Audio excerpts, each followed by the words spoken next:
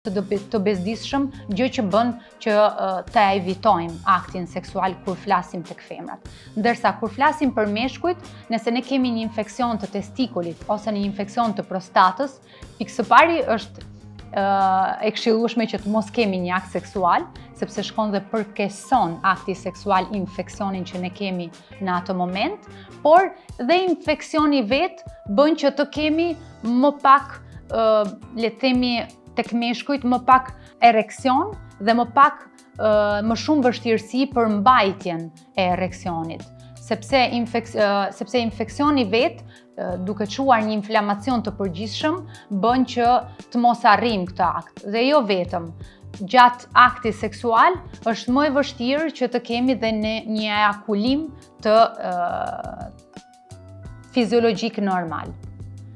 Urinimi pas një marrëdhënie seksuale parandalon infeksionet, është e vërtet apo mit? Është e vërtet. Normalisht është e këshillueshme që pas një akti seksual të urinojmë. Në disa botime, le të themi në disa kërkime, thuhet që urinimi duhet bëhet brenda 15 minutash, sepse shkon dhe shpërlan, largon ato bakteret që mund të krijohen që mund të transmetohen gjatë një akti seksual, kështu që e vërtet. Disfunksioni erektil ndodh vetëm në moshë të madhe, është e vërtet apo mit? Është mit, sepse disfunksioni erektil ndodh jo vetëm në moshë të madhe, por ndodh edhe në moshë të re. Arsyet janë të ndryshme në faza të ndryshme të jetës. Normalisht në një moshë të re kemi ankth të performancës seksuale, domethënë ti ke frikë që do shkosh keq dhe shkon keq. Dhe në një moshë më të madhe kemi pastaj problemet organike të ndryshme që çojnë në problemet e deficitit erektil. Sa e shëndetshme është marrëdhënia seksuale për prostatën tek meshkujt? Është e rëndësishme, është shumë e rëndësishme një marrëdhënie ose një jetë seksuale aktive për të pasur një prostatë të shëndetshme. Normalisht nuk ka një numër fiks për cilin duhet të kryejmë një akt seksual në brenda një jave, por që edhe aty ka shumë kërkime që thonë, domethënë 2 herë në javë, 3 herë në javë, 1 herë në muaj. Kemi bërë publikime për çfarëdo lloj argumenti të mundshëm dhe në disa publikime thuhet që duhet jetë diku te 2-3 herë në javë realisht, që të kesh një jetë të shëndetshme, jo vetëm të prostatës, po një jetë të shëndetshme në totalitet. Domethënë një mashkull ka nevojë që të jetë aktiv në totalitet, që ndikon dhe në jetën e përditshme dhe në stilin e jetesës së tij, domethënë. Një ndër pyetjet që më vijnë shpesh sidomos nga femrat është: kam djegje gjatë urinimit dhe gjithë analizat janë në rregull, çfarë duhet të bëj, çfarë kam? Pikë së pari duhet kuptuar se kush janë analizat që kemi bërë për të thënë gjithë analizat janë në rregull. Nëse kemi djegje gjatë urinimit, në shumicën e rasteve kemi të bëjmë me një infeksion të pshikës së urinës. Dhe në një infeksion të pshikës së urinës është e rëndësishme që të bëhet një analizë urine me kulturë, një kulturë analizës së urinës, ose më saktë quajtur urinokulturë. Nëse kemi një pozitivitet të kësaj analize, atëherë kemi një infeksion urinar bakterial. Ama nëse kjo analizë është negative, nuk e eviton faktin që ne mund të kemi gjithsesi një infeksion të pshikës së urinës abakteriale, domethënë jo bakteriale. Dhe në të dyja rastet janë të rëndësishme trajtimet. Normalisht në momentin që ne kemi një infeksion bakterial, marrim një terapi antibiotike. Nëse kemi një infeksion jo bakterial, shkojmë dhe marrim një terapi antiinflamatore. Pyetje tjetër që më vjen: sa herë në ditë duhet të urinoj? Është e vështirë të themi një numër se sa herë në ditë duhet të urinosh. Është më shumë e rëndësishme të kthehemi mbrapsht dhe të themi se sa shumë duhet të pim. Normalisht është e këshillueshme që të pihet 1,5 litër 2 në ditë ujë, dhe në bazë të kësaj sasie lëngu që ne kemi konsumuar, normalisht kemi frekuencë të ndryshme në mënyrën e urinimit. Përgjithsisht një pshikës urinare tek femrat mban diku te 300 mililitër, kështu që përgjithsisht ndjesia për të urinuar është kur ne kemi 300 mililitër. Tek meshkujt është pak më e madhe, është gati te 450-500. Kështu që varet nga kapaciteti i pshikës së urinës, varet nga konsumimi i lëngjeve që ne kemi bërë gjatë ditës, për të thënë se sa shumë kemi urinuar ose nëse është normal urinimi jonë. Për të kuptuar nëse kemi një funksion të mirë të veshkave që transmetohet në urinim, bëhet një analizë e gjakut dhe është ajo që na e thot se si funksionojnë veshkat tona. Pyetje tjetër është, partneri im ka një rënje të dëshirës seksuale dhe të ereksionit. Ka lidhje me shëndetin apo është problem psikologjik?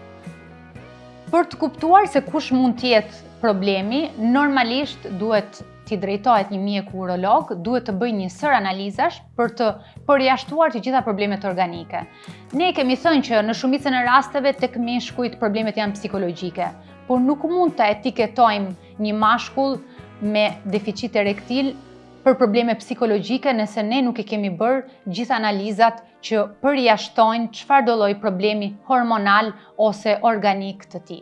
Shpeshherë vërej që njerëzit hezitojnë t'i drejtojnë një mjeku dhe hezitojnë sidomos t'i drejtojnë një mjeku urolog. Pse është e rëndësishme t'i drejtohesh një mjeku?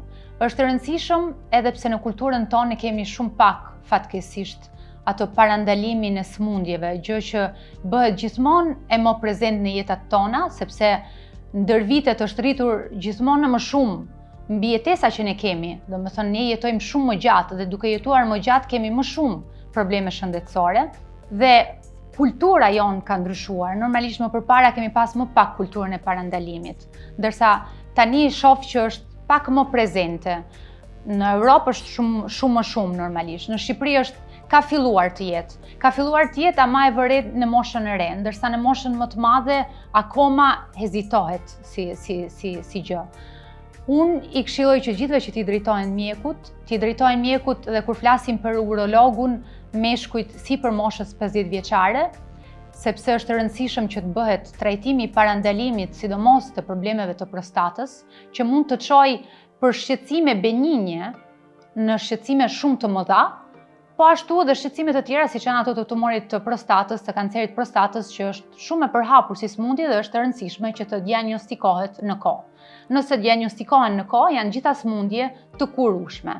Nëse diagnostikohen me vonesë, bëhet pak më problematike. Kështu që sidomos mbi këtë pjesë është shumë e rëndësishme t'i drejtohesh urologut.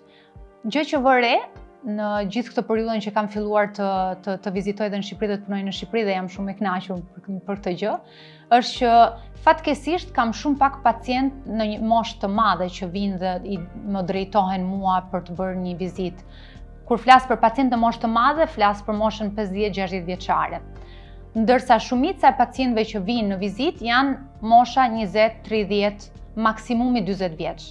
Dhe argumenti kryesor për cilin shkojmë dhe trajtojmë është deficiti erektil, që është një argument edhe pse duket shumë i rrallë, i largët nga çdo person me cilin ti ke përballë, realisht është shumë prezent, është shumë i përhapur dhe arsyet kryesore për cilin e vëre, sidomos në Shqipëri, fatkeqësisht këtë gjën, janë gjithë mënyra e të jetuarit që kanë. Domethënë, një mashkull tipik 25 vjeçar që më drejtohet për probleme të deficitit erektil, që konsumon hashash, që pi alkool, që bën një jetë sedentare, që ka një keq ushqyerje, që shpeshherë dhe konsumon drogra që janë pak më të rënda se sa që mund të jetë hashashi. Dhe janë të gjithë faktorë që shkojnë dhe ndikojnë në sferën seksuale. Dhe janë faktorë që sado mund t'i ndihmoj me një terapi që normalisht funksionon, nuk trajton në mënyrë definitive problemin që këta persona kanë, sepse problemi kryesor është mënyrat e të jetuarit. Dhe nëse ne modifikojmë në këtë rast mënyrën e jetesës, në mënyrë të drejtë për drejtë kemi dhe një përmirësim të sferës seksuale.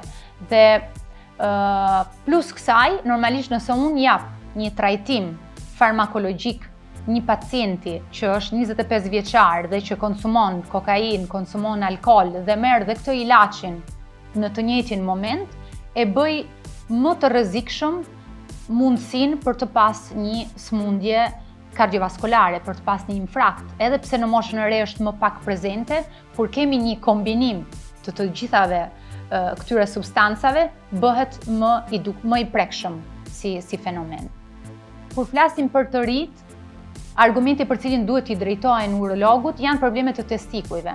Problemet të testikujve që mund t'jetë varikoceli, që çon në problem të fertilitetit, kështu që është e rëndësishme të paktën një herë të bësh një vizitë urologjike, po ashtu dhe vetë palpimi dhe vizita urologjike kur flasim për kancer të testikujve, që edhe ajo, edhe pse është më pak frekuente se sa problemet e prostatës, janë prezente, janë sëmundje që duhen prekur në kohë dhe është e rëndësishme që të bësh një vizitë për të kuptuar nëse je drejt atij problemi apo jo.